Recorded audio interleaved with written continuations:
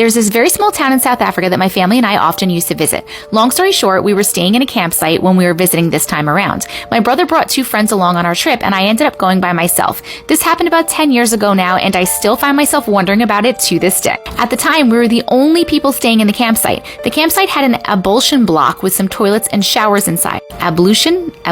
So basically a bathroom, I think? It was built quite funny though, a singular building with a wall in the middle separating the men's/women's showers, and there was only one switch to turn the lights on for both sides. Furthermore, the walls were a good 25 feet high, and there were some small windows at the very top of the walls, probably just for ventilation if it was needed. The switch was on the women's side, so each night we all walked to the ablutions together to shower, and I would turn the lights on for us. I really hope I'm saying that word right. I'm sure I will be corrected in the comments. One night I was peacefully taking my shower when I heard my brother and his friends screaming.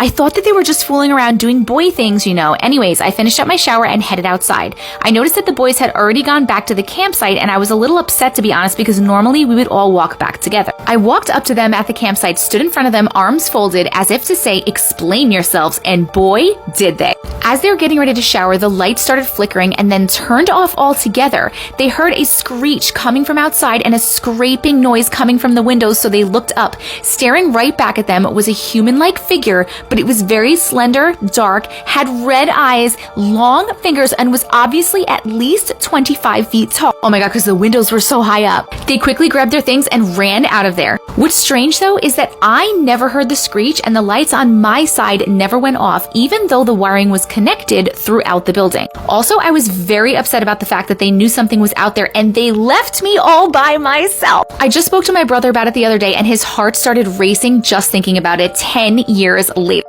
Anyway, I guess I would like to know if anyone has ever seen or experienced something similar. I need explanations. Okay, if it was like just the screaming noise, I would say that it was a flesh pedestrian, but you also saw it, and it was dark and had red eyes, which is more of like a shadow figure type situation. I'm wondering, did it really look 25 feet tall, or do you think it was like a regular size but just like floating, you know what I mean? Like up, it was like up high, it wasn't touching the ground. And I think it's really, really weird that she didn't hear the screams and the lights on her side weren't flickering. That part is like really throwing me off. What do you guys think?